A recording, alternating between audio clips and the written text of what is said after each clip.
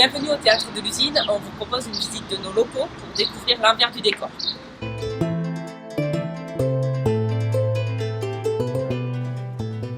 Le bâtiment a été construit au début des années 1910 pour abriter une usine de valises qui a ouvert en 1913 sous la direction d'Alexis et Marie Casse. Vous avez pu apercevoir les initiales d'Alexis qui sont sur la porte. L'usine a fonctionné pendant environ 70 ans. Au plus fort de son activité, elle a employé 120 personnes, puis elle a fermé en 1982. Les locaux sont restés vides pendant 2 ans, et puis ils ont été investis en 1984 par le Centre international des échanges musicaux, qui était alors l'association qui gérait le festival de Saint-Célèbre. Donc l'usine de valises est devenue en 1984 un lieu de spectacle. Des spectacles se sont déroulés ici jusqu'en 2014, puis le lieu a fermé pour 2 ans de travaux, et a réouvert en 2016 avec une ancienne salle qui a été restaurée et une nouvelle salle qui a été construite. Aujourd'hui, l'association qui gère ce bâtiment, c'est le Scénographe, qui a été reconnu scène conventionnée en 2014. Ces 3 principales activités sont le Festival d'Opéra de Saint-Céré, le Festival de Théâtre de Figeac et une saison qui se déroule de septembre à mai au Théâtre de l'Usine chaque année et qui propose des spectacles de théâtre, des concerts, du cirque, de la danse et des spectacles pour le jeune public. Nous commençons cette visite avec la billetterie, qui est la salle où arrivent tous les spectateurs quand ils viennent au Théâtre de l'Usine. Nous allons maintenant nous diriger vers la première salle de spectacle.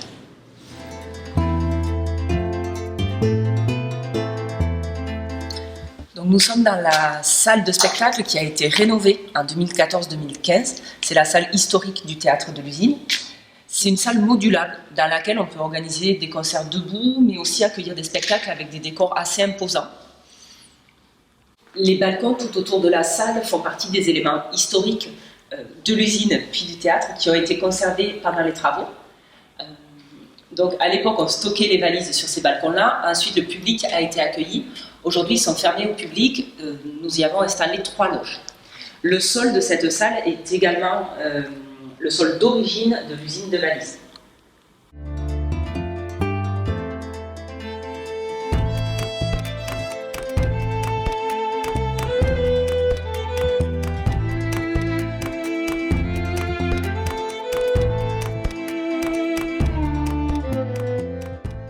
Nous sommes maintenant dans le domaine réservé des techniciens. C'est ici qu'ils se rendent sur ces passerelles pour fixer les projecteurs, mais aussi des rideaux tout autour de la scène. Ici, on a un rideau.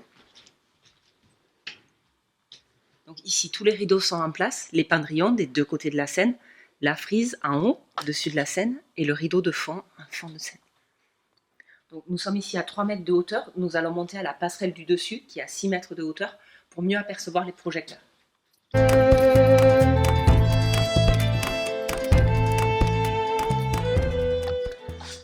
Donc nous voilà sur la 2e passerelle technique et vous avez face à vous une perche sur laquelle les techniciens ont fixé les projecteurs. L'ensemble des perches qui vont se retrouver au-dessus de la scène constitue le grill technique.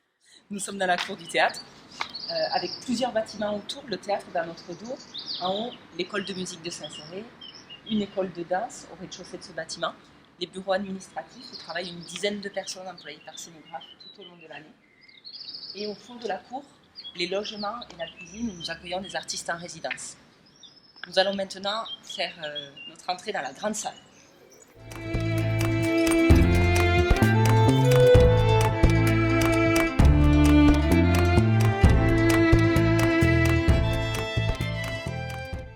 La régie est située tout en haut du gradin de la salle. C'est d'ici que le technicien contrôle son et lumière avec les consoles.